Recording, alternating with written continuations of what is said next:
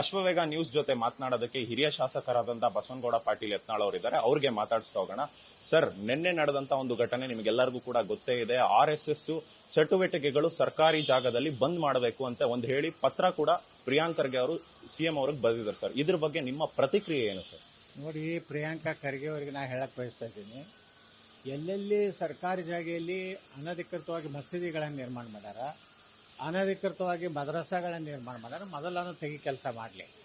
ಮತ್ತು ಮುಸ್ಲಿಮರ ತುಷ್ಟೀಕರಣ ಕರ್ನಾಟಕದಲ್ಲಿ ಪರಾಕಾಷ್ಠೆ ಬಿಟ್ಟುಬಿಟ್ಟಿದೆ. ಸಿದ್ದರಾಮಯ್ಯ, ಖರ್ಗೆ, DK ಶಿವಕುಮಾರ್ ಕೂಡಿ ಇದೇನು ಮುಸ್ಲಿಂ ರಾಜ್ಯ ಮಾಡಲಿಕ್ಕೆ ಹೊರಟಾರಲ್ಲ, ಇದರಿಂದ ಹಿಂದೂಗಳಲ್ಲಿ ಈ ಸರ್ಕಾರದ ಬಗ್ಗೆ ಒಂದು ರೀತಿಯದೊಂದು ಮುಸ್ಲಿಂ ಸರ್ಕಾರ ಅನ್ನುವಂಥದ್ದು ಭಾವನೆ ಬಂದ್ಬಿಟ್ಟಿದೆ. ಅದಕ್ಕೆ ತಾಕತ್ತು, ದಮ್ಮು, ಏನೋ ನೈತಿಕತೆ ಪ್ರಿಯಾಂಕಾ ಖರ್ಗೆಗಿದ್ರೆ ಎಲ್ಲ ಅನಧಿಕೃತ ಮಸೀದಿಗಳನ್ನು, ಮದ್ರಸಾಗಳನ್ನು ಮೊದಲು ತೆಗೆದುಹಾಕಲಿ. ಅವಾಗ ಇವರ ಪೌರುಷತ್ವ ಗೊತ್ತಾಗ್ತದೆ. RSS ಯಾವುದೇ ಅಕ್ರಮವಾಗಿ ಸರ್ಕಾರದ ಯಾವುದೇ ಜಮೀನನ್ನು ಕಬಳಿಸಿಲ್ಲ. ಅಲ್ಲೇನೋ ಸಾರ್ವಜನಿಕವಾಗಿ ಒಂದು ಶಾಖೆ 1 ಗಂಟೆವರೆಗೆ ನಡೀಲಿಕ್ಕೆ ಒಂದು ಶಾಖೆಯಲ್ಲಿ ಗ್ರೌಂಡ್ ಉಪಯೋಗ ಮಾಡ್ತಾರೆ ಹೊರತು ಯಾವುದೇ ಅವರ ಸ್ಥಿರವಾದಂಥ ಕಟ್ಟಡಗಳನ್ನು ಅವ್ರು ಮಾಡಿಲ್ಲ. ಅಂದರೆ ಇದರ ಅರ್ಥ RSSನ ಯಾರೂ ಕಿತ್ಕೋಲಿಕ್ಕಾಗಿಲ್ಲ. ಇವತ್ತು ನೆಹರು ಆಗಲಿ, ಇಂದಿರಾ ಗಾಂಧಿ ಆಗಲಿ, ಕಾಂಗ್ರೆಸ್ನವ್ರು ಬಹಳ ವರ್ಷದಿಂದ ಪ್ರಯತ್ನ ಮಾಡ್ತಾ ಇದ್ದಾರೆ RSSನ ನಿರ್ಬಂಧ ಹಾಕ್ಬೇಕಂತೇಳಿ. ಅವ್ರಿಗೆ ದಮ್ಮಿದ್ರೆ ರಾಜ್ಯದಲ್ಲಿರುವಂಥ ಮದ್ರಸಾಗಳು ಅವತ್ತನ್ನು ನಿಷೇಧ ಮಾಡುವಂಥ ಕೆಲಸ ಮಾಡಲಿ. ಸರ್, RSS ಭಾರತದ ತಾಲಿಬಾನ್ ಅಂತ ಹೇಳಿ ಹರಿಪ್ರಸಾದ್ ಅವರು ಕೂಡ ಒಂದು ಹೇಳಿಕೆಯನ್ನ ಕೊಟ್ಟಿದ್ದಾರೆ. ಜೊತೆಗೆ ಪ್ರಿಯಾಂಕ್ ಖರ್ಗೆ ಅವರು ಹೇಳ್ತಾರೆ, ಏನನ್ನ 10 ಒಳ್ಳೆ ಕೆಲಸಗಳು ಹೇಳಿ RSS ಮಾಡಿರೋಂಥದ್ದು ಅಂತ ಹೇಳ್ತಿದ್ದಾರೆ. ಇವರೆಲ್ಲ ಕಾಂಗ್ರೆಸ್ಸಿಗರೇ ತಾಲಿಬಾನ್ ಇದ್ದಂಗೆ ಇದ್ದಾರೆ. ಇವರೆಲ್ಲ ಕನ್ವರ್ಟೆಡ್ ಮುಸ್ಲಿಂ ಇದ್ದಂಗೆ ಇದ್ದಾರೆ. ಇವರೆಲ್ಲ ಏನೋ ಬಹುಶಃ ನನಗನ್ನಿಸ್ತದೆ ಇವರೆಲ್ಲ ಮುಸ್ಲಿಂ ಧರ್ಮಕ್ಕೆ ಮತಾಂತರ ಆಗ್ಯಾರ. ಸುಮ್ಮನೆ ಹಿಂದೂಗಳ ಹೆಸರಿಟ್ಟುಕೊಂಡು ಇವರು ಜೀವನ ಮಾಡ್ತಾ ಇದ್ದಾರೆ. ಮೂಲ ಅಂದರೆ ಇವರೇ ತಾಲಿಬಾನಿಗಳು, ಇವರೇ ದೇಶದ್ರೋಹಿಗಳು.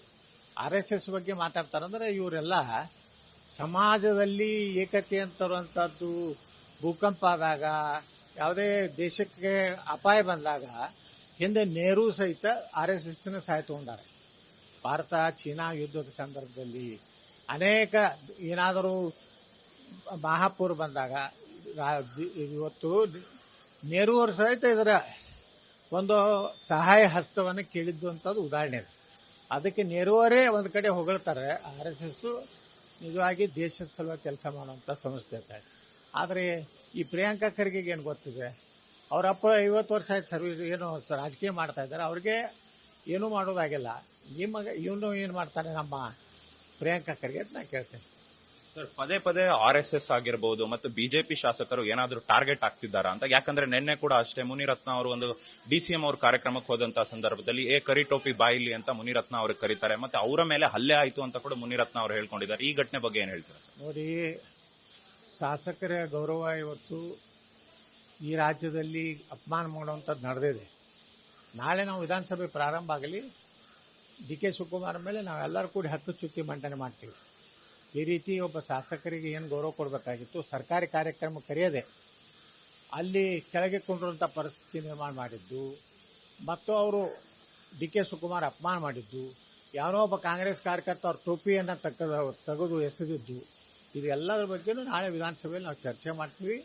ನಾ BJPಯ ಅತ್ಯಂತ ನಿಷ್ಠಾವಂತ ರಾಜ್ಯ ಅಧ್ಯಕ್ಷರಿಗೆ ಹೇಳುವುದೇನೆಂದರೆ, ನಿಮ್ಮ ತಾಕತ್ತು ದಮ್ಮಿದ್ರೆ DK ಶಿವಕುಮಾರ್ ವಿರುದ್ಧ ವಿಧಾನಸಭೆಯಲ್ಲಿ ಮಾತಾಡಿ, ನಿಮ್ಮ ದಮ್ಮಿದ್ರೆ, ಇಲ್ಲಕಂದ್ರೆ ರಾಜೀನಾಮೆ ಕೊಟ್ಟು ಮನೆಗೆ ಹೋಗಿ. ಸರ್, ಇವತ್ತು CM ಅವರು ಔತಣಕೂಟ ಕೂಡ ಕರೆದಿದ್ದಾರೆ, ಎಲ್ಲ ಸಚಿವರಿಗೆ ಕರೆದಿದ್ದಾರೆ. ಏನ್ ವಿಚಾರಕ್ಕೆ ಕರೆದಿರ್ಬೋದು ಅಂತ ಅನ್ಸುತ್ತೆ ಸರ್ ನಿಮಗೆ? ನೋಡಿ, ಅವರು ವಿಶ್ವಾಸವನ್ನು ಗಳಿಸೋಬೇಕು ಸಚಿವರಿಗೆ. ಈಗಾಗಲೇ ಶಾಸಕರ ಸಭೆ ಮಾಡಿ ಎಲ್ಲ ಕಾಂಗ್ರೆಸ್ ಶಾಸಕರು 50 ಕೋಟಿ ರೂಪಾಯಿ ಹಣ ಕೊಡ್ತೀನಿ ಅಂತ ಹೇಳಿ ಹಣ ಕೊಡುವಂಥದ್ದು ಮಾಡಿದ್ದಾರೆ. ಇನ್ನು ಸಚಿವರಲ್ಲಿ ಏನೇನು ಅವ್ರ ವಿರುದ್ಧದಾರೆ ಅವ್ರನ್ನೆಲ್ಲ ಮನವೊಲಿಸುವಂಥ ಕೆಲಸ ಬಹುಶಃ ಮಾಡ್ಲಿಕ್ಕೆ ಕರೆದಿದ್ದಾರೆ.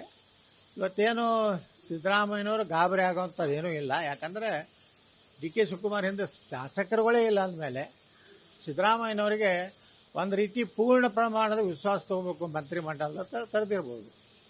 ಸರ್, DK ಶಿವಕುಮಾರ್ ಬಿಜೆಪಿಗೆ ಬರ್ತಾರೆ ಅನ್ನೋ ಮಾತು ಆಗಾಗ ಕೇಳಿ ಬರ್ತಾನೆ ಇರುತ್ತೆ. ಒಂದ್ ವೇಳೆ ಈ ಸಂದರ್ಭದಲ್ಲಿ ನವೆಂಬರ್ ಕ್ರಾಂತಿ ಅನ್ನೋದು ಕೂಡ ದೊಡ್ಡ ಮಟ್ಟದಲ್ಲಿ ಕೇಳಿ ಬರ್ತಾ ಇದೆ.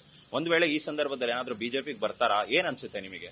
ನೋಡಿ, ಬಿಜೆಪಿಗೆ ಬರ್ತಾರ ಅಂತ ಹೇಳಿದ್ರು ಹಿಂದೆ ಬಹಳ ದಿವಸದಿಂದ ನಾನು ಉಚ್ಚಾಟನೆ ಟೈಮ್ನಲ್ಲೇ ಕೇಂದ್ರದಲ್ಲಿ ಭಾಳ ಜೋರು ಇದನ್ನು ಚರ್ಚೆ ನಡೆದಿತ್ತು. ನನಗೂ ಹೇಳಿದ್ರು ಒಬ್ಬ ರಾಷ್ಟ್ರೀಯ ನಾಯಕರು, ಇಲ್ಲ 50ರಿಂದ 60 ಶಾಸಕರನ್ನ ನಾನು ಹೇಳ್ತರ್ತೇನೆ, ನಮ್ಮ ಒಂದು ಹೊಸ ಸಂಘಟನೆಯನ್ನು ಮಾಡ್ತೀನಿ, ಒಂದು ಹೊಸ ಪಕ್ಷ ಕಟ್ತೀನಿ, ನಾವು ಕೂಡಿ ಸರ್ಕಾರ ಮಾಡೋಣ, ವಿಜೇಂದ್ರನ ಉಪಮುಖ್ಯಮಂತ್ರಿ ಮಾಡೋಣ ಅಂತ ದಿಲ್ಲಿಯೊಳಗೆ ಚರ್ಚೆ ಆಗಿದೆ.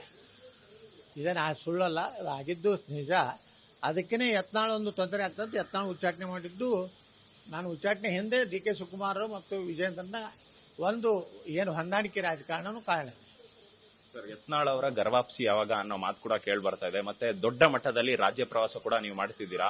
ಇನ್ನು ಮತ್ತೆ ಮುಂದಿನ ದಿನಗಳಲ್ಲಿ ನಿಮ್ಮ ರಾಜ್ಯ ಪ್ರವಾಸ ಹಿಂಗೆ ಮುಂದುವರಿಯುತ್ತಾ? ಏನ್ ಮತ್ತೆ ವಾಪಸ್ ಪಕ್ಷಕ್ಕೆ ಹೋಗ್ತೀರಾ ಅಥವಾ ಹೊಸ ಪಕ್ಷ ಕಟ್ತೀರಾ ಅನ್ನೋದು ಸಾಕಷ್ಟು ನಿಮ್ಮ ಕಾರ್ಯಕರ್ತರಲ್ಲೇ ಗೊಂದಲ ಇದೆ. ಅಂದ್ರೆ ಯತ್ನಾಳ್ ಫ್ಯಾನ್ಸ್ ಅಂತ ಏನ್ ಕೇಳ್ಪಡ್ತಾರೆ, ಅವರಲ್ಲಿ ಗೊಂದಲ ಇದೆ. ಈಗ ಯತ್ನಾಳ್ ಹೊಸ ಪಕ್ಷ ನಡೆ ಕಡೆ ನಾವಿರ್ಬೇಕಾ ಅಥವಾ ಯತ್ನಾಳ್ ಬಿಜೆಪಿ ಕಡೆ ನಮ್ಮ ನಡೆ ಇರಬೇಕಾ ಅಂತ? ನೋಡಿ, ಈಗ ಏನೋ ಕಾಲ ಪರಿಪಕ್ವ ಆಗಿಲ್ಲ. ಈಗ ನಾನು ರಾಜ್ಯದಲ್ಲಿ ಪ್ರವಾಸ ಮಾಡ್ತಾ ಇದ್ದೀನಿ, ವ್ಯಾಪಕವಾಗಿ ಸ್ವಾಗತ ಸಿಗ್ತಾ ಇದೆ. ಹಿಂದೂ ಯುವಕರು ಬಹಳಷ್ಟು ಇವತ್ತು ನನ್ನ ಮ್ಯಾಗ ವಿಶ್ವಾಸ ಇಟ್ಟಿದ್ದಾರೆ. ಯತ್ನಾಳರಂತವರು 2028 ಮುಖ್ಯಮಂತ್ರಿ ಆಗಬೇಕು ಅಂದರೆ ಹಿಂದೂ ಸಮಾಜ ತಲೆ ಎತ್ತಿ ಕರ್ನಾಟಕದಲ್ಲಿ ಅಡ್ಡಾಡಬಹುದು ಅನ್ನೋಂಥ ವಾತಾವರಣ ನಿರ್ಮಾಣ ಆಗಿದೆ. ಅದಕ್ಕೇ 10-15 ಸಾವಿರ ಜನ ಏನು ನಾವು ದುಡ್ಡು ಕೊಟ್ಟಿಲ್ಲ, ಅವ್ರಿಗೆ ಯಾವುದೇ ರೀತಿ ಊಟದ ವ್ಯವಸ್ಥೆ ಮಾಡಿಲ್ಲ, ಯಾವ ವಾಹನ ವ್ಯವಸ್ಥೆ ಮಾಡಿಲ್ಲ ಅಂದರೂ ಇಷ್ಟು ಜನ ಸೇರ್ಲಕತ್ತಾರಂದ್ರೆ ಒಂದು ಕರ್ನಾಟಕದಲ್ಲಿ ಒಂದೇ ಆಶಾ ಕಿರಣ ಅನ್ನುವಂಥ ದಿಕ್ಕಿನಲ್ಲಿ ಇವತ್ತು ನಮ್ಮ ಯುವಕರು, ಹಿರಿಯರು, ಹೆಣ್ಮಕ್ಳು ಸಹಿತ ಇವತ್ತು ಎಲ್ಲಿ ಹೋದಲ್ಲಿ ಹೇಳ್ತಾರೆ, ಇಲ್ಲ ನೀವು ಮುಖ್ಯಮಂತ್ರಿ ಆಗಬೇಕು ಕರ್ನಾಟಕದಲ್ಲಿ, ಇಲ್ಲಾಂದ್ರೆ ಕರ್ನಾಟಕ ಮುಸ್ಲಿಮರಿಗೆ ಮಾರಾಟ ಮಾಡಿ ಹೋಗ್ತಾರೆ. ವಿಜೇಂದ್ರ ಅಂತವ್ರು ಆದ್ರೆ ಅಡ್ಜಸ್ಟ್ಮೆಂಟ್ ರಾಜಕಾರಣ, ಅವರು 5 ವರ್ಷ ಲೂಟಿ ಮಾಡಿದ್ರು, ಈಗ ವಿಜೇಂದ್ರ ಲೂಟಿ ಮಾಡೋದು ಇದೇ ಆಯ್ತು ನಮ್ಮ ಕರ್ನಾಟಕ ಹಣೆ ಬರೋಂಥ ವಾತಾವರಣ ಈ ರಾಜ್ಯದಲ್ಲಿ ಬಂದಿದೆ. ಸರ್, ಯಾವಾಗ ಹೋಗ್ತೀರಾ ಅಂತ ನಿಮ್ಮ ಅನಿಸಿಕೆ ಏನಾದರೂ ಇದೆಯಾ ಬಿಜೆಪಿಗೆ ವಾಪಸ್? ಇಲ್ಲ, ನಾವೇನು ಈಗೇನು ಅದನ್ನೇನು ಯಾವುದೇ ನಿರ್ಣಯ ಮಾಡಿಲ್ಲ. ಕಾಲ ತಸ್ಮೈ ನಮ್ಮ ಯಾವಾಗ ಏನಾಗ್ತದೆ ನೋಡೋಣ. ಎಸ್, ಇದಾಗಿತ್ತು ಹಿರಿಯ ಶಾಸಕರಾದಂತಹ ಬಸವನಗೌಡ ಯತ್ನಾಳ್ ಅವರ ಮಾತುಗಳು. ಕ್ಯಾಮರಾ ಪರ್ಸನ್ ಶಿವಮೂರ್ತಿ ಜೊತೆ ಓಂ ವಿವೇಕ್, ಆದಿತ್ಯ ಕಾರ್ಲೇಕರ್, ಅಶ್ವವೇಗ ನ್ಯೂಸ್, ಬೆಂಗಳೂರು.